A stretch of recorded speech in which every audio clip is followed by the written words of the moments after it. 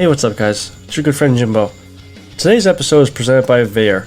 Veer was founded with the goal of building an affordable everyday wristwatch that blends tasteful design with extreme durability and functionality.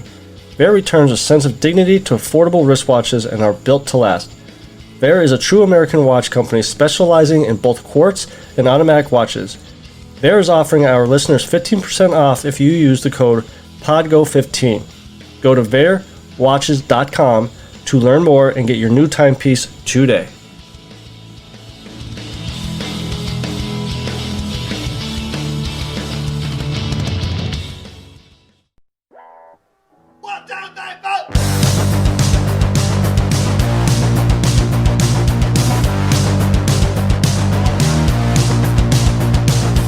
You heard the rest.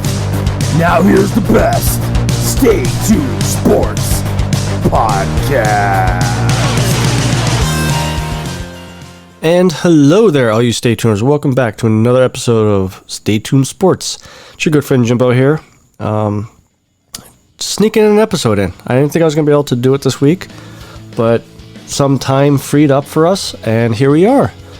Kind of a slow news week, but there's still some interesting things to talk about, some good, some you're not really that stupid topics. But before we get into it, head over to Twitter, follow us there at ST Sports Podcast, as well as our Facebook page and our YouTube channel. Like and share, subscribe, all that stuff. And head over to staytunesports.net. In case you forget our Twitter handles and all that stuff's on there, plus the merchandise link for t-shirts and other things like that. Before we get into the stories, I want to give a quick shout out to Scott Crump, our iRacing race car driver for Erska Pristine Auction. He's in first place right now in the chase for the championship. 2 races left. I didn't get to watch the Talladega race live, but I went back and watched it on Tuesday, and tell you what, man, a hell of a race by all the racers, actually. I mean, everybody knows how Talladega is in real life. I think they went a good 40 or 50 laps clean, and once one crash happened, before you know it was all over the place. Even the last lap, Scott was running in second or third, I believe, and came around the second or third turn, and got clipped, and the whole field got taken out. And luckily, Scott came in 11th place, moving him back up into first place. He went into the race second place behind Josh Adams. Josh Adams had a little bit of a run-in in the pits, crashed there. But next week, they're at Martinsville Speedway, and I think this race will be the defining moment to really see who's going to be the champion, even though there's an extra race after that one. You could always head over to YouTube and type in sim.tv and then just look for Erska Pristine Auction Racing, and you can watch it there every Monday night at 9:30. You can root on the Stay Tuned Sports car, number 51. That's Scott Crump there. So make sure you guys tune in there. And I mean, I tune in. I'm kind of a junkie now. I mean, I'm not big into NASCAR, but I actually have the YouTube on my TV, and sometimes Scott actually goes live on his Twitch channel, which you're actually inside the car, and it's quite interesting, actually. And you get to hear some of the racers talk and things of that nature. But that's every Monday night at 9:30 on sim.tv over on YouTube. So a couple feel-good stories that happened this past week.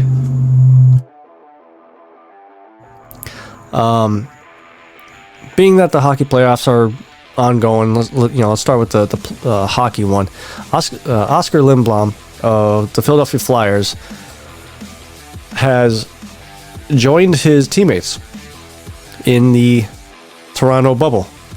Kind of give a little recap of what happened, why this is such a big news. Back in December, he was diagnosed with Ewing's sarcoma, which is a tumor that grows in the bones or in the tissue around the bones. I don't care what kind of cancer you got. Cancer scares shit. And in July, he actually, after chemo rounds and things like that, he was declared cancer-free. He was able to ring the Liberty Bell at the hospital, signaling that he's being released. And here it is, 2 months, month and a half later, joining his team. And even the better part of the story, and we talked about this back in July, just a few weeks after he was cleared of cancer, signed a 3-year, $9 million extension. He's an awesome player. He's been up with the Flyers now, excuse me, for about 2 years. I personally got to see him play every time the Lehigh Valley Phantoms came down to play the Baby Pens. And I could see it then that at some point he would make it up there. I didn't think he was going to be up there that quick, but hey, it's a good story there. He did say he's not given no timetable of when he wants to get back on the ice to play in games. I mean, he is practicing with the squad, and that's good. Even though the Flyers didn't play that well last night, Wednesday night, there's still enough talent on that team to step in until he's ready to come back.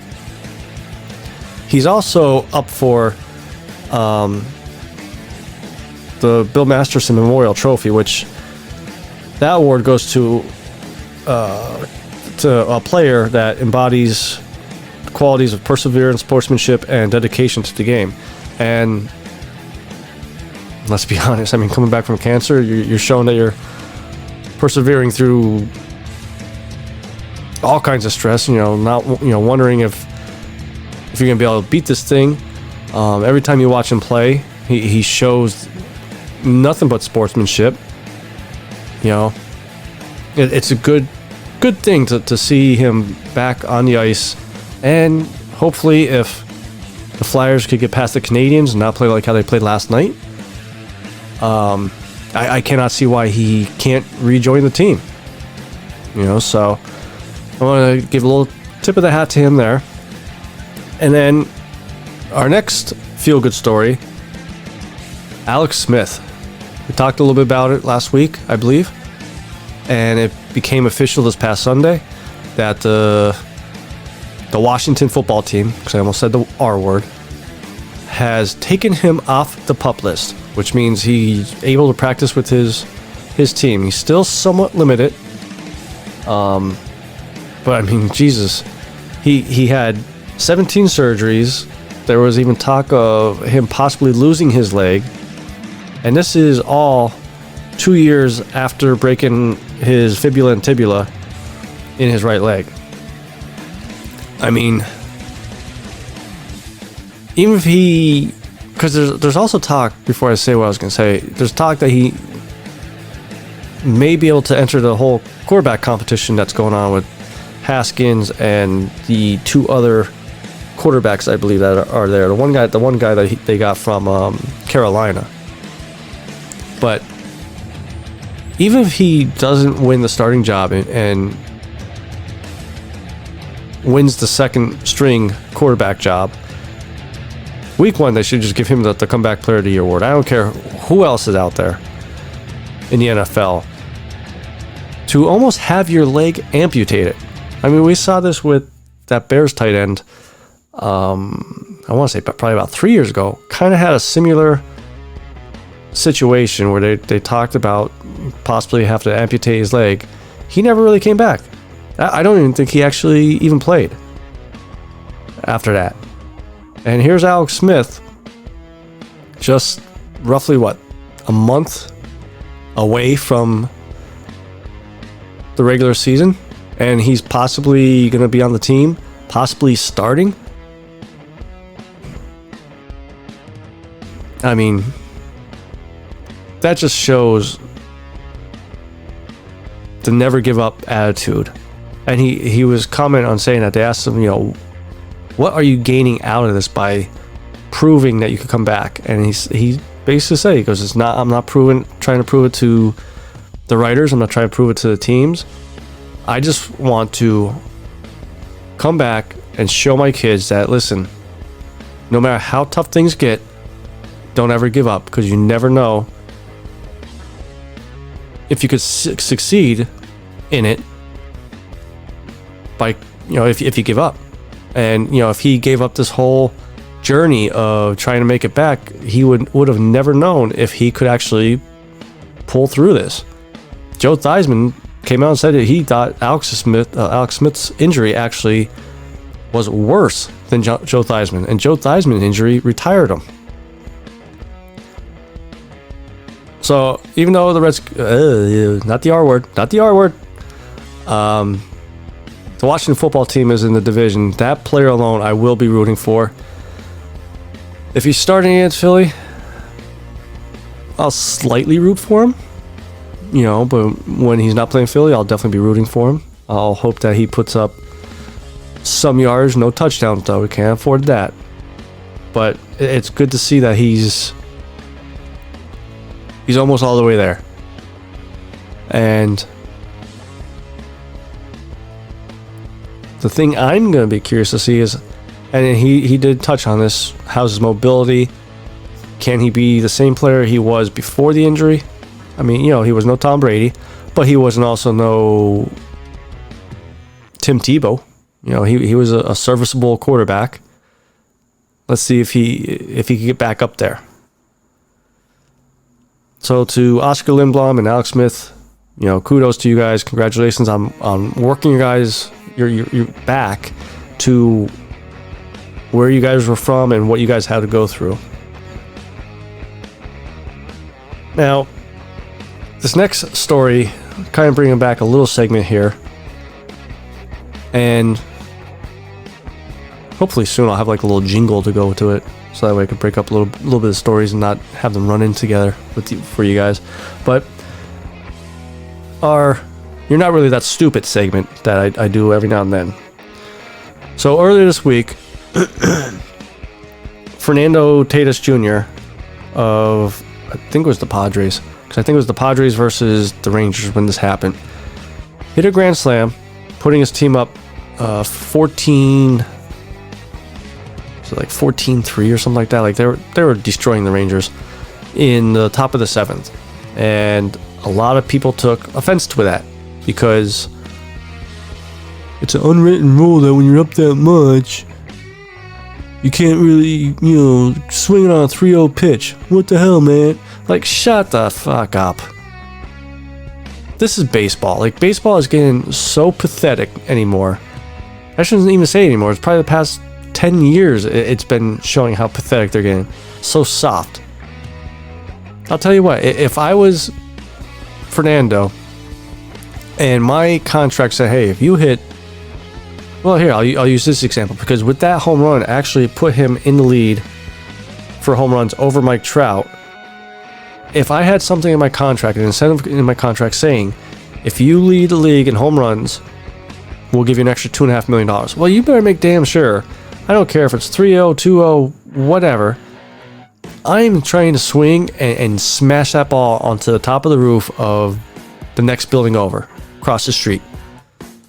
And I don't care who I piss off. I mean, it's a young kid. Not necessarily, I'm not sure if he was doing this to make a name for himself, but hey, grand slams are hard to come by. Well, one run home runs, dime a dozen. Grand slams, they're tough because you need your team more than yourself for that to happen, obviously. And for the Rangers to get pissed off over it and then plunk the next batter, one, to me, kind of shows how much of a crybaby team the Rangers are. And good for Fernando, because the next day, I believe they were still playing the Rangers, stole third base when they were up 5-0 or whatever. They were beating them pretty bad again. It's baseball. You play the game to score as many points as you can. And these coaches, even his coach was a little upset, Jace Tingler, because now Grant Tatis may have supposedly missed the 3-0, don't swing at the pitch sign, take the pitch, But again, I'm sorry, if his contract says, hey, if you're leading a home run in the league at the end of the year, I'm gonna quote miss the sign. The reason why Jace Tingler was a little upset was because this is the first year he's the manager of the San Diego Padres after coaching the Rangers for 13 years.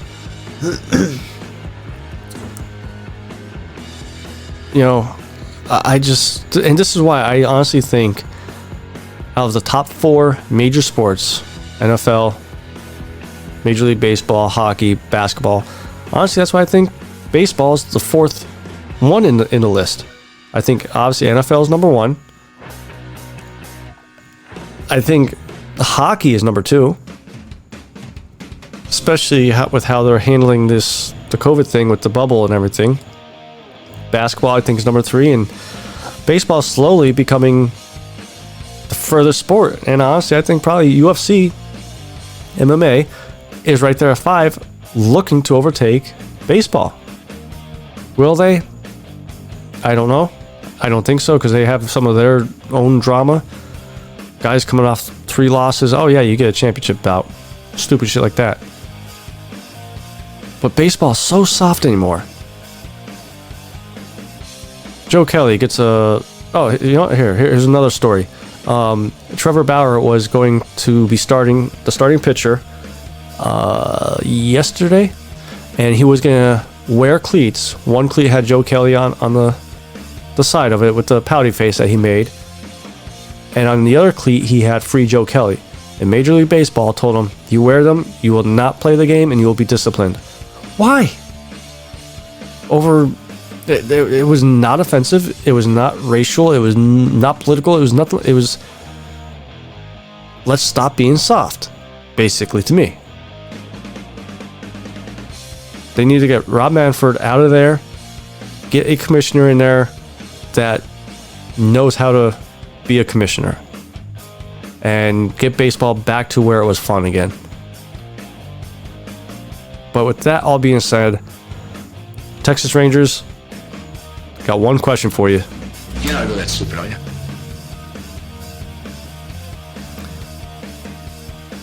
And actually, kind of keeping with You're Really Not That Stupid segment, we have another stupid moron. Former Philadelphia Eagle linebacker Nigel Bradham. Don't know if you guys saw this. Saints signed him this past weekend.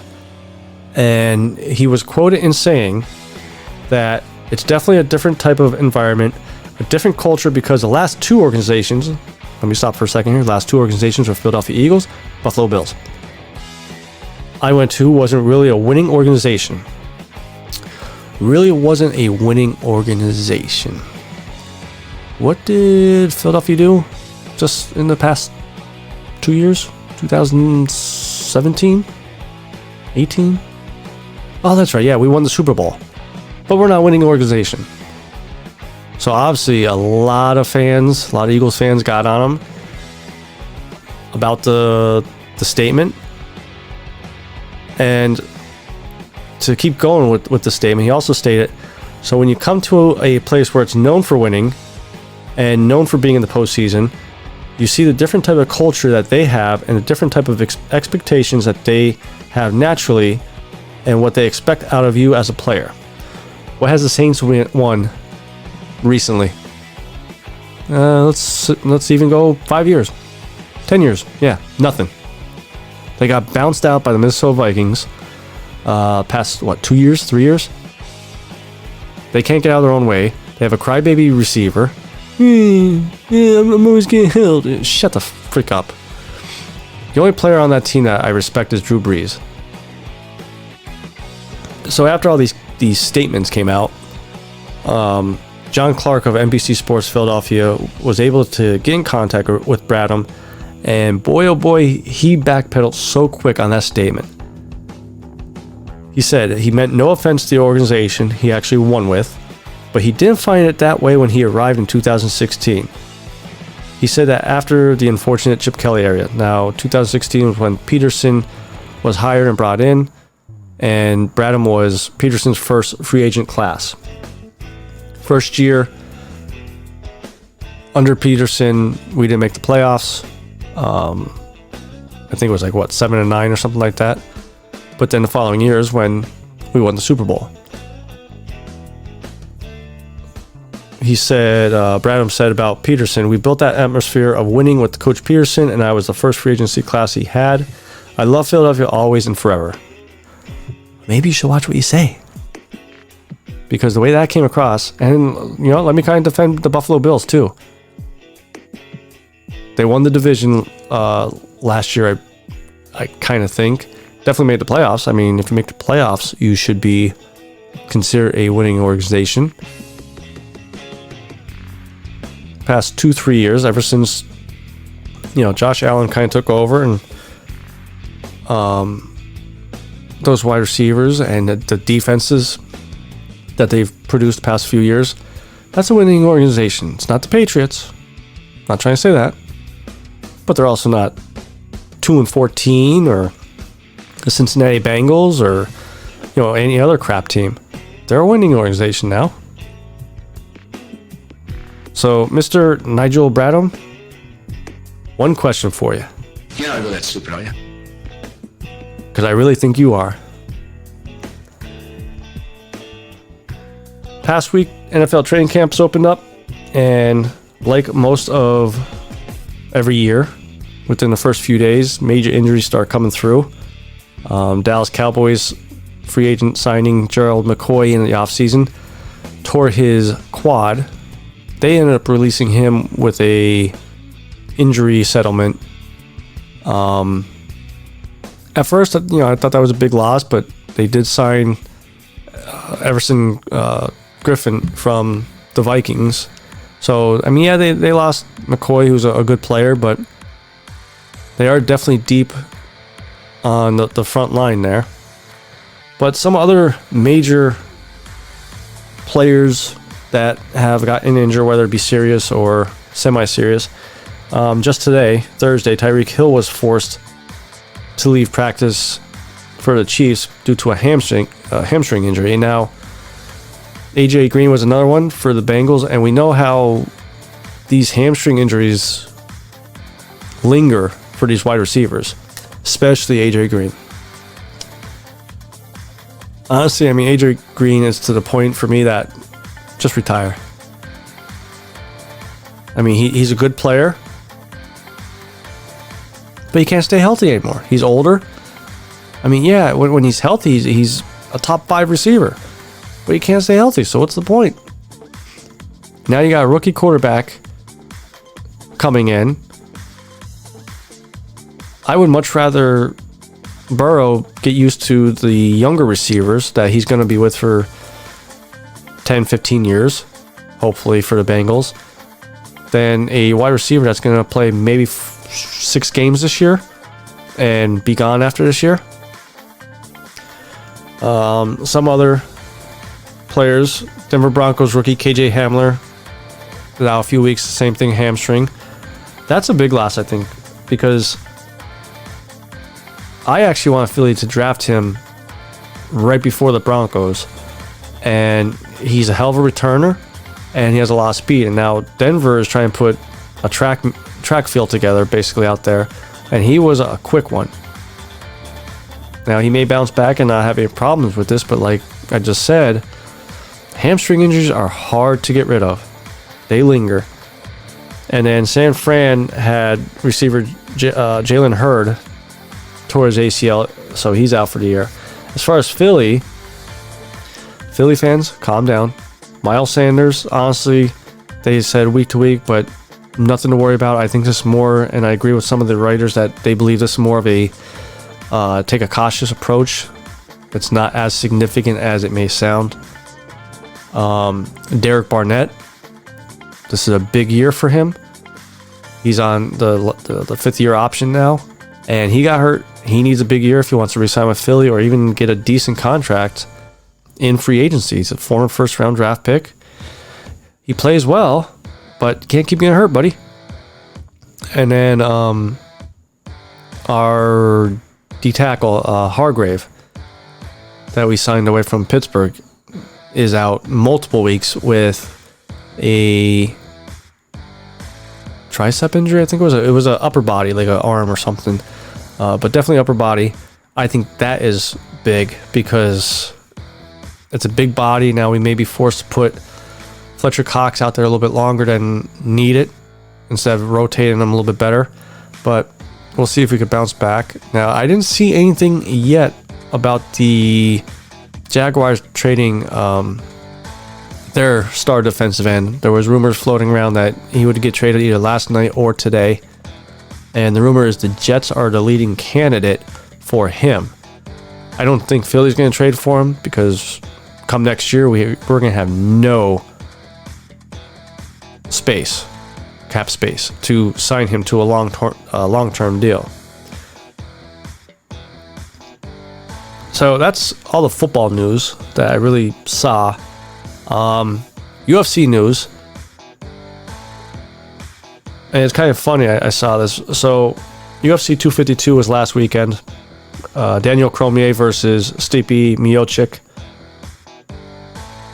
At the time, it was being rumored most likely Cormier's last fight. He was talking about retirement. He's been talking about retirement.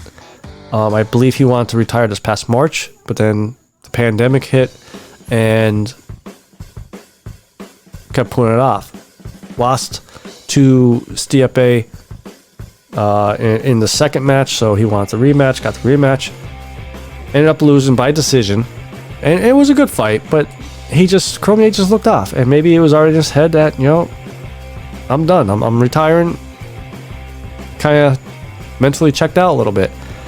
But very next day, his adversary, John Jones, Monday actually, 2 days later, John Jones tweeted out that he's vacating the light heavyweight title that he's nearly held for a decade, if not more. I mean, honestly, it's probably more than, it feels like it's more than 10 years, but off and on.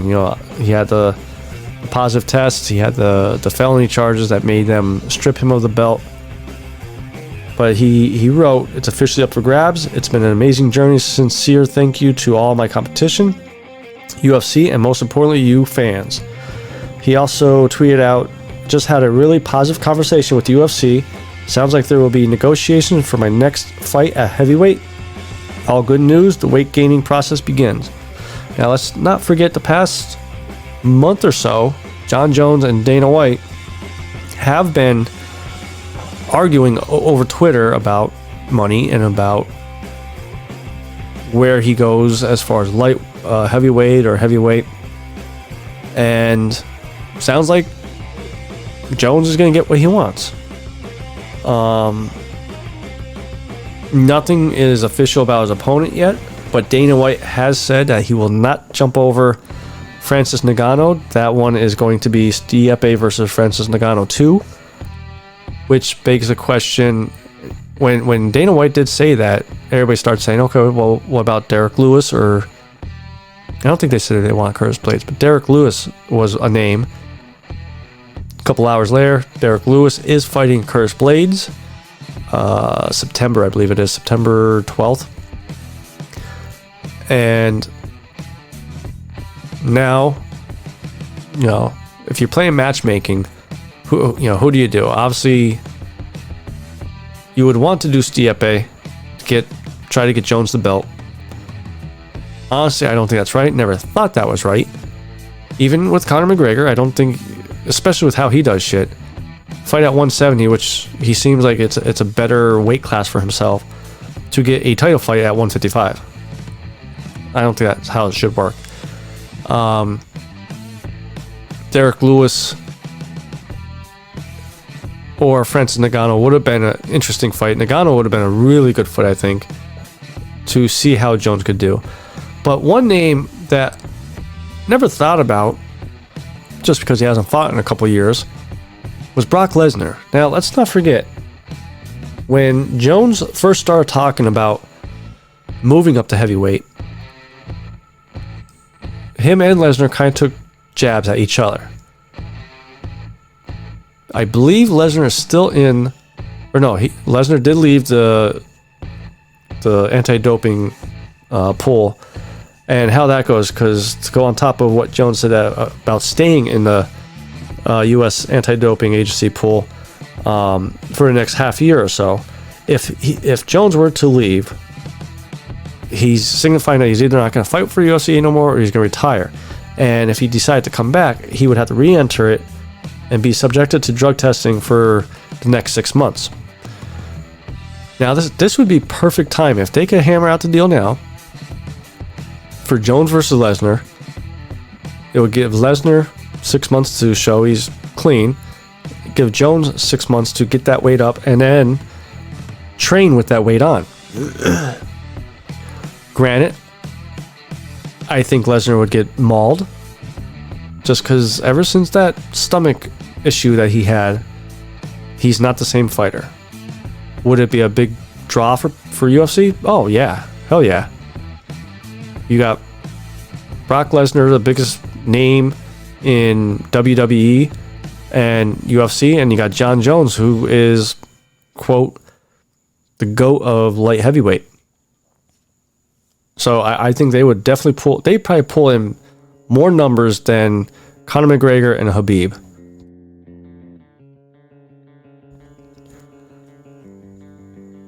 But also on the flip side, all it takes is one punch of Brock Lesnar and you're lights out.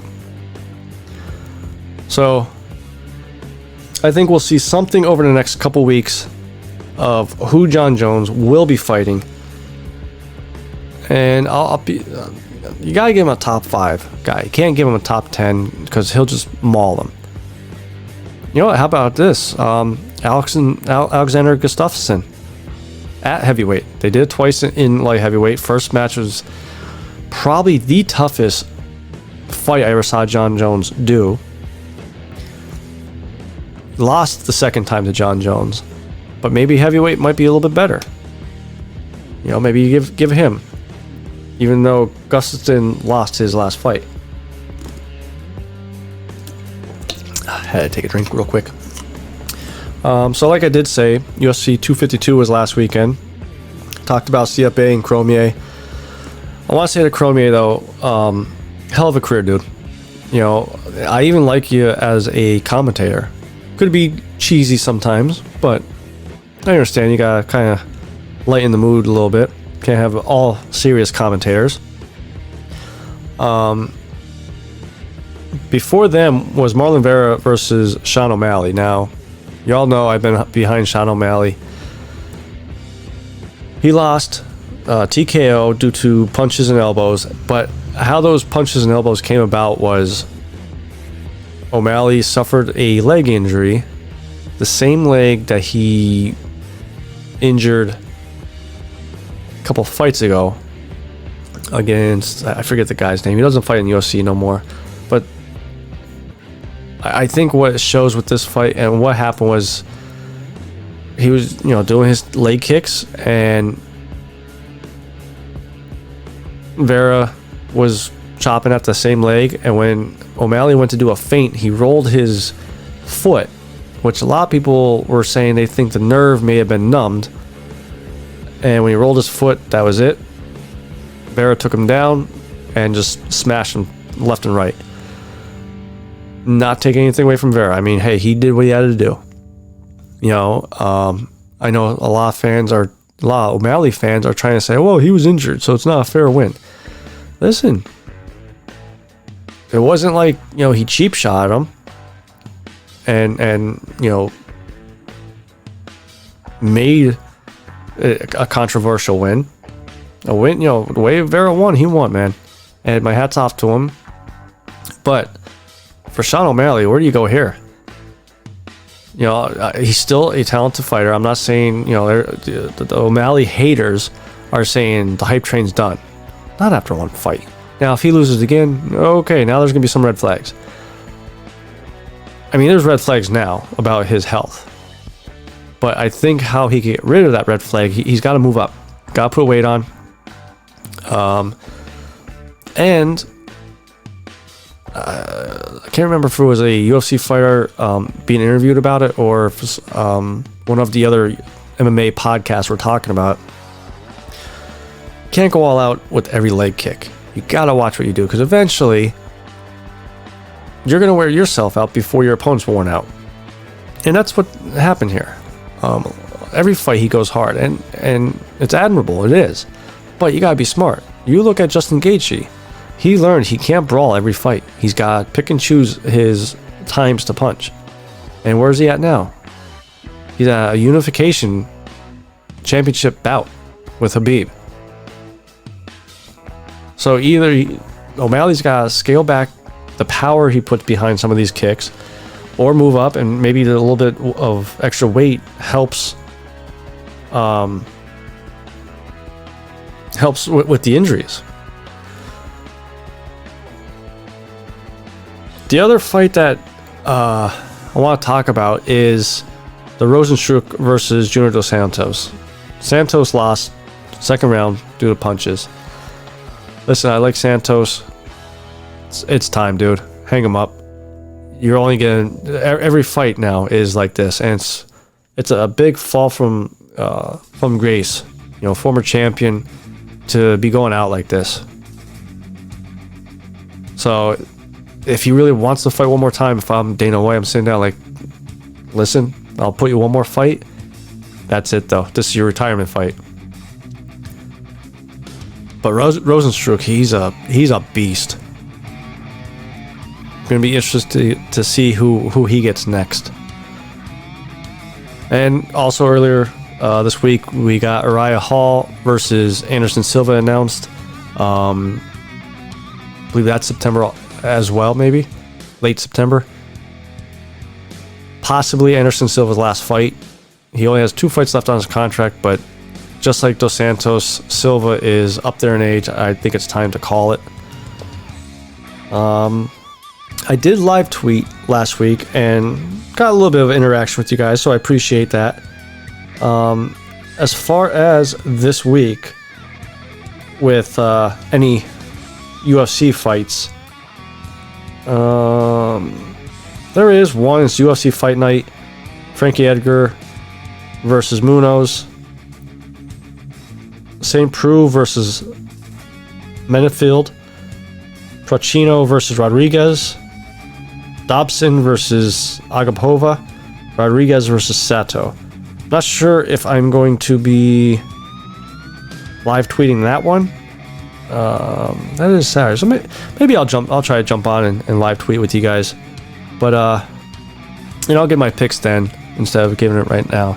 So, in case you guys do want to interact with me on Twitter, head over there, ST Sports Podcast. Head over to Facebook, like our page there, and share it to all your friends and family.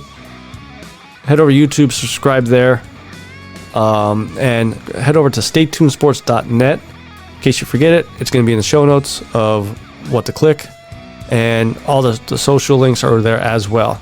So until next week, this is your good friend Jimbo, signing out.